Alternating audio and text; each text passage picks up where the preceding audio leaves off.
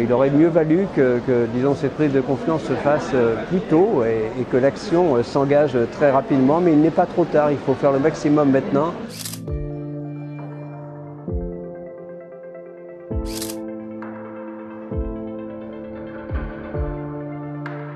On a beaucoup de difficultés. On voit bien qu'actuellement, le climato-scepticisme, par exemple, sur les réseaux sociaux, reprend une place de plus en plus importante et c'est regrettable. Mais voilà, nous faisons pour le mieux. Mais pour moi, tous les médias, alors les médias jouent un rôle important, bien sûr, mais ça peut être aussi des médias très différents, à travers le livre, à travers des bandes dessinées. Il y en a qui sont extrêmement intéressantes dans notre domaine, à travers le théâtre, des documentaires.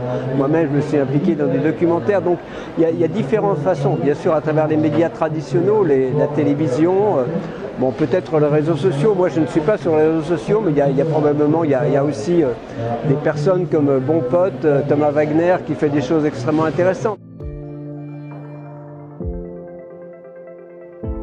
Les médias sont essentiels, on ne peut pas communiquer sans l'aide des médias. Ou alors, quand je fais des conférences qui m'arrivent, on peut les faire sans les médias, disons un contact direct avec le public, mais ça ne touche qu'une faible partie de la population. Donc il faut les médias grand public, tous les médias sont utiles, les réseaux sociaux bien évidemment, mais la presse reste très présente. Moi j'ai plutôt un très bon respect pour les médias actuellement.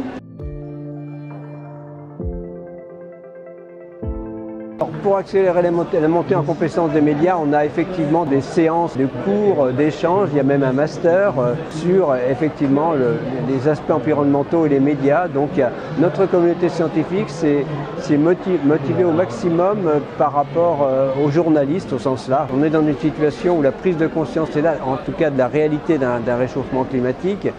Il aurait mieux valu disons, cette prise de confiance se fasse plus tôt et que l'action s'engage très rapidement, mais il n'est pas trop tard, il faut faire le maximum maintenant pour diminuer nos émissions, nous adapter au réchauffement climatique et c'est le message que je souhaite donner à tous ceux qui vont nous écouter sur ces quelques minutes. Bien sûr, allons-y dans cette transition, dans cette transformation du mode de fonctionnement de nos sociétés.